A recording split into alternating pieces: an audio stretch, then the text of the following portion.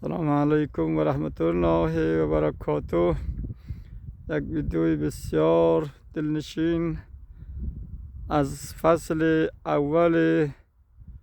ماه زمستان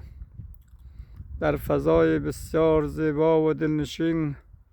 شهر سوایبورکن در آلمان، به گفته خود آلمانا که دوچلن، بسیار هوای بعد از 4-5 روز سردی بسیار شدید، برف، یخزدگی، و خداوند بزرگ رو سپاسگزارم که تا باز دوباره هوای بهاری را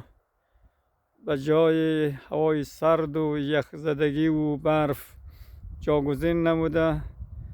و تا این که از نور خورشید زیبا و تابنده‌اش بعد از یک هفته سردی و برف و ابر دوباره خورشید تابانش را، نور زیبایش را به طبیعت و برای ما ارزانی کرد. السلام علیکم و رحمت الله و برکاته.